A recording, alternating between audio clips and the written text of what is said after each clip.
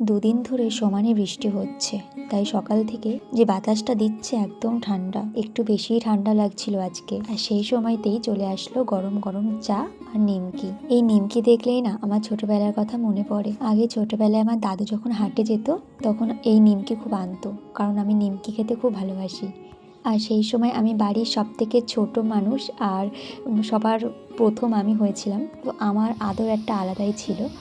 তো মনে পড়ে প্রতি হাটবারে দাদু এটা আনতো। হাটের জিনিস শুনতে হয়তো কেমন লাগছে, তবে সেই খাবারের যে স্বাদটা ছিল, যে ভালোবাসা ছিল খাবারের মধ্যে, সেটা দামি দামি কোম্পানির নিমকি ভাজাতেও সেটা পাই না। দাদুও নেই, আর হাটের নিমকি ভাজাটা আর বাড়িতে দেখাও যায় না। এই যে আমি ঘর গোছাচ্ছিলাম, আর দেখো একটা শুয়োপোকা। ওই যে ছাদের ওপরের দিকে দুটো কালো মতো দাগ দেখা যাচ্ছে, ওখানেও কিছুদিন আগে দুটো শুয়োপোকা জায়গা করেছিল, হয়তো প্রজাপতি হবে তাই। আবার আজকেও দেখছি ঘরের মধ্যে শুয়োপোকা। এই বর্ষার সময় পোকামাকড়গুলো বড্ড ঘরে ঢুকে যায়। আবার বৃষ্টি শুরু হয়ে গেছে। মা সকালবেলাতে ভাত করে গেছে, আর কালকে তরকারি রয়েছে, কিন্তু আমাদের দুই বোনের কারোরই ভালো লাগলো না ওটা খেতে। তাই দুইজন মিলে প্ল্যান করলাম যে সকালবেলা একটু ডিমের অমলেটের কষা কষা ঝোল খাই। মাও বাড়ি থেকে বেরোলো আর বৃষ্টি শুরু হয়ে গেল। ভিজে যাবে কি? এ বাবা, জামাটা ভিজে যাচ্ছে। প্রতিটা দিন এইভাবে বৃষ্টি হলে জামা কাপড়গুলো শুকাবো কি করে জানি না। বাড়ির সামনে দেখো পুরো বন জঙ্গল হয়ে গেছে। তাও তো বাবা আমাদের বাড়ির সামনে উঠোনটা পরিষ্কার করেছে, আর সামনের এরিয়াটুকু আমার কাকুদের। তো ওরা যদি পরিষ্কার না করে সেখানে তো আমরা কিছু বলতে পারি না। কিন্তু বর্ষাকাল তো যত স্প্রে করা হোক না কেন, এই গাছগুলো এমনি আবার বেড়ে যায়, আর ওখানে হাঁটা চলা পড়ে না, সেই জন্য বেশিই গাছপালা হয়। আমি আবার দেখো কালকে কিছু জামা কাপড় কেচে দিয়েছিলাম, সেই জামা কাপড়গুলো এখনও রয়েছে। ভাবলাম আজকে একটু শুকিয়ে নেব, কিন্তু সেই পরিস্থিতি কিন্তু আজকেও নেই। কবে শুকাবে জানি না। ঘর ঝাড় দেবো এখন। বোন ওদিকে রান্না করছে।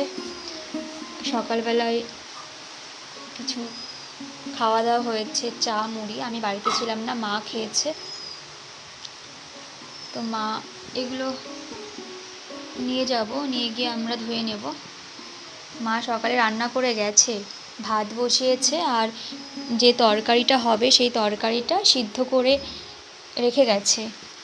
আমরা আবার সেগুলোকে একটু মশলা দিয়ে কষিয়ে রান্না করে নেব। আর দেখো খাট টাটগুলো মানে প্রায় টুকটাক সব কাজই করা আছে, মোটামুটি অল্প অল্প করে।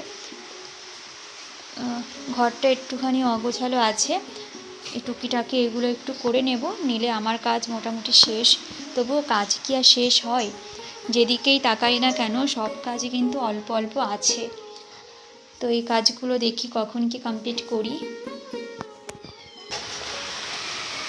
এই যে আমাদের বাজে কড়াইতে রান্না হচ্ছে। কড়াটা দেখতে বাজে হলেও এখানে কিন্তু খুব সুস্বাদু রান্না হয়, রান্নাগুলো খুব সুন্দর হয়। আর আজকে রাঁধুনি এই যে চলে গেল। তো সকালবেলায় দেখো টেস্টি টেস্টি ডিমের অমলেটের ঝোল। আর আমার বোন আবার বাসন মাজার ভয়তে ও নতুন করে প্লেট বার করেছে, কিন্তু তাই বলে ও বাসন এখন মাজবে না। মানে ওর বাসন মাজতে ইচ্ছা করে না, আমারও ইচ্ছা করে না, কিন্তু মাজতে হবেই না। ও যে করে না তা নয়, ও করে, কিন্তু ওর মুডের উপরে ডিপেন্ড করে। তো আজকে সকালবেলায় ব্রেকফাস্ট বলতে আমাদের এটাই, ভাত আর ডিমের ঝোল। সহ্য হয় এসব। ঝাড় দিচ্ছি আর মারপিট শুরু করে দিয়েছে। দেখো ঝাঁটাটাও দেখো ওরা ছাড়ছে না। ঝাঁটাটা তো ছাড়, এ পাগল, এ বাবা, তোদের কি খাওয়ার অভাব হয়েছে? ঝাঁটা খাচ্ছিস? এই হ্যাঁ, তোদের ওটাই মানায়, তোদের ঝাঁটা খাওয়া মানায় না।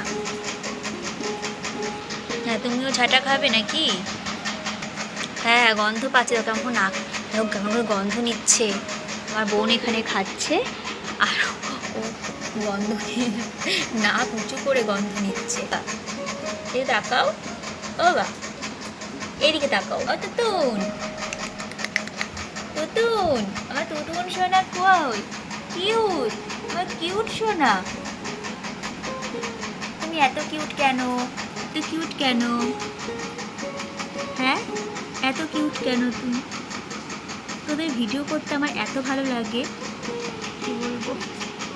অনেকে হয়তো বিড়াল পছন্দ করে না, কুকুর পছন্দ করে না, তাহলে তোমরা স্কিপ করে যেও ভিডিওটা। আমার প্রতিটা ব্লগেই তোমরা দেখতে পারো। এই যে আমাদের বাড়ি হেলিকপ্টার, হেলিকপ্টারে যেমন আওয়াজ হয় ঠিক তেমন এখানে আওয়াজ হয়। আমি যখন এডিট করি, বাইরে যখন খাওয়া দাওয়া করে, তখন হয়তো আমি ঘরে এডিট করছি, ওই ঘর পর্যন্ত আওয়াজ চলে যায়। আমি আর দরজা বন্ধ করি, তারপর এডিট করি। আর মাঝে মধ্যে এই আওয়াজটা আমার ব্লগে শুনতে পাবে, হেলিকপ্টারের মতো আওয়াজ। তার মানে বুঝতে হবে বাইরের এই ফ্যানটা চলছে। এই দেখো আমার বোনের কাজ দেখো, প্লেটটাকে নিয়েছে তাহলে এখানে বন্ধ করে দিতে হয়, সেটা কিন্তু ও করে না। এই জন্য কাজগুলো বেড়ে যায়। এই যে এখানে জিনিসপত্র আছে সব, এই জিনিসগুলো আবার আমি গোছাবো। তো রান্নাঘরের অবস্থা দেখো, একটু আগে আমার বোন রান্নাঘরে এসেছিল রান্না করতে, তারই পরিণতি এই। তো আমি যা বাসন ছিল সবগুলোকে মেজে নিয়েছি আর রান্নাঘরটাকে মোটামুটি একটু পরিষ্কার করে নিয়েছি। তারপরে এই জায়গাটাকে মুছেও নিয়েছি। এরপরে ও আবার দুপুরবেলা রান্না করতে ঢুকবে। তো ও রান্না করতে ঢুকলে পুরোটাই কমপ্লিট করেই বেরোবে। তো আমি আর কি করব, আমি এইসব কাজগুলো একটু করছিলাম। তো রান্নাঘরটাকেও মুছে নিয়েছি আর এখনও শুকায়নি। ওকে বললাম একটু পরে ঢোক, না হলে কাদা কাদা হয়ে যায়। আর ঘরের এই সাইডটা এখনও আমার গোছানো হয়নি, ওটা ভাবছি কালকের দিকে গোছাবো। দেখি কতদূর কি পারি। একটু বেলা বাড়লে দেখছি রোদ উঠেছে। তো কালকের যে ভিজে জামা কাপড়গুলো ছিল সেগুলো আবার আমি একটু নেড়ে দিলাম, নাহলে মোটেই শুকাচ্ছে না। তার মধ্যে ঘরের যেসব কাজগুলো ছিল সেগুলো আমি সব কমপ্লিট করে নিয়েছি।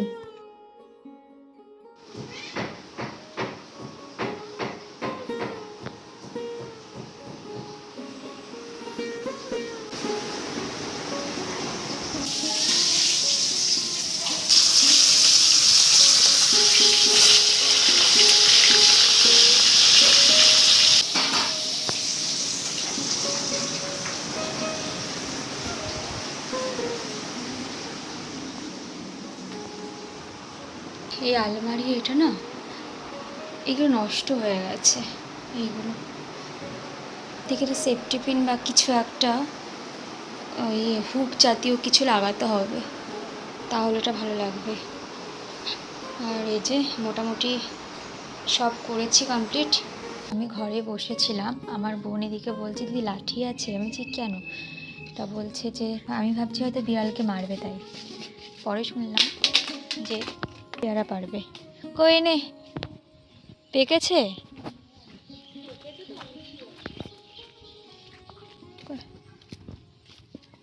এ দেখিস, এই এদিক ওদিক পা দিস না।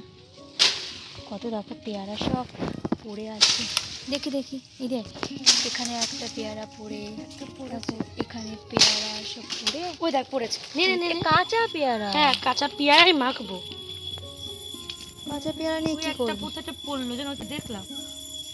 তাই এই দেখ এই দেখ এই দেখ এই দেখ, এই একটা পেয়ারা, এই একটা। তো দাসা, ওটা দাসা ভালো লাগে না। পার না, ওটা আমার ভালো লাগে। এ বাবা কোথায় ফেলবো? ওখানে পড়েছে। থেতলে যায়নি। কিন্তু একটা পেয়ারা, টাটকা পেয়ারা পড়লো কোথায় বলতো? এই রে ওই দেখ, ওই দিকে একটা ডাল চলে গিয়েছে। ওদিকে আরে হাত দেবে ও ভিতরে? থাক, খেতে হবে না। ও আমি হাত দিতে পারবো না। এই দেখ এই দেখ ভালো, এই দেখ এই দেখ এই দেখ, এইটা খুব সুন্দর পেয়ারা, এটা খুব সুন্দর। এই দেখ এদিকে দেখা যাচ্ছে, এই দিক থেকে ওই দেখ পড়েছে। ওই দেখ ওই দেখ ওইদিকে যাবে টাকে ভিতরে। আরে এই দিক থেকে আয় না, এই দিক থেকে যা, এই দিক থেকে যা, ভিতর থেকে আয়। এসে সব ভালো ভালো পেয়ারার ভিতরে পড়ছি। ওই দেখা যাচ্ছে তো, নাহলে বাবা আসলে বাবাকে বলিস, বুঝছো তো? দেখিস এই যে গাড়িগুলো যায় আর তোরা ছুটোছুটি করে আর অ্যাক্সিডেন্ট করে। ওর মা এদিক থেকে ডাকছে, সমানে ডাকছে, কিন্তু এরা কানে কথাই নেয় না। এই এই এই এই তোরা চলে আয়, এই দেখ পাবি, হাতে পাবি, নিয়ে নে। ভালো একটা পেয়ারা। আরে এই দেখ ভালো একটা পেয়ারা এখানটায়, কথা শুনিস না। ওই দেখ ওই দেখ ওই দেখ, এই দেখ এখানে আয়। আরে দুটো আমি দেখতে পাচ্ছি, হ্যাঁ ওই একটা, আর একটা কোথায় দেখলাম, তুই নিয়ে নিয়েছিস। ওই দেখ ভিতরে একটা, হ্যাঁ ওই ওখানে হাত বাড়ালে পাবি। ওই ডুমুর গাছটা আছে না, ওই ডুমুর গাছটার নিচে দেখ, এই ডুমুর গাছটার নিচে দেখ। ওইটা না না, ওর পাশে ওর পাশে, ওর একটুখানি পাশে, ওর একটুখানি পাশে দেখ। আরে ভালো একটা পেয়ারা, দাঁড়া আমি দেখছি। যাস না। যাচ্ছি না।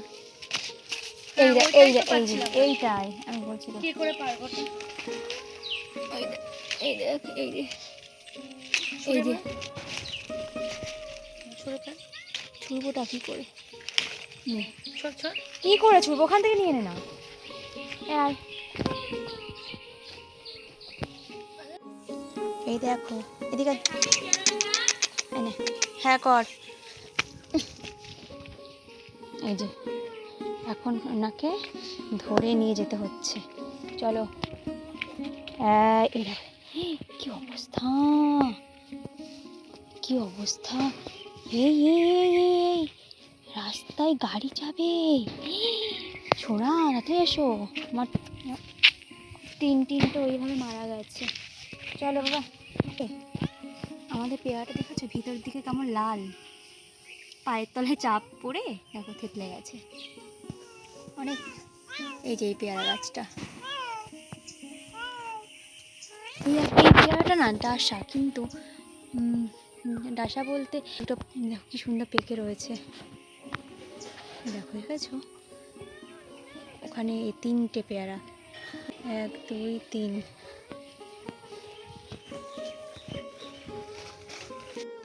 গাছ থেকে পাড়াও শেষ, আমার বোনের পেয়ারা মাখাও শেষ। কতগুলো লেবুর পাতা দিয়েছে দেখো। আমাদের পেয়ারাটা না ভিতরে লাল লাল ভাব আছে, মানে যখন পেকে যায় পুরো লাল। তো পেয়ারাগুলো একটু যেহেতু ডাসা, মানে অর্ধেক পাকা অর্ধেক কাঁচা। কার জন্য তুলছিস? এত লেবুর পাতা দেয় কেউ? আর পেয়ারাগুলো একটু ছোট ছোট করতে হতো। আর লোভ লাগছে, ভাই একটু কাসুন্দি হলে না।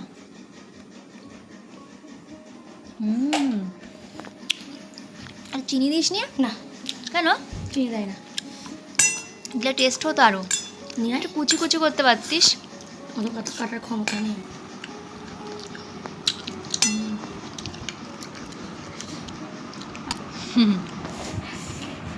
একটু শান্তি করে পেয়ারা মাখা খাচ্ছিলাম, সেটাও আকাশের আর সহ্য হলো না, আবার জোরে বৃষ্টি নামলো।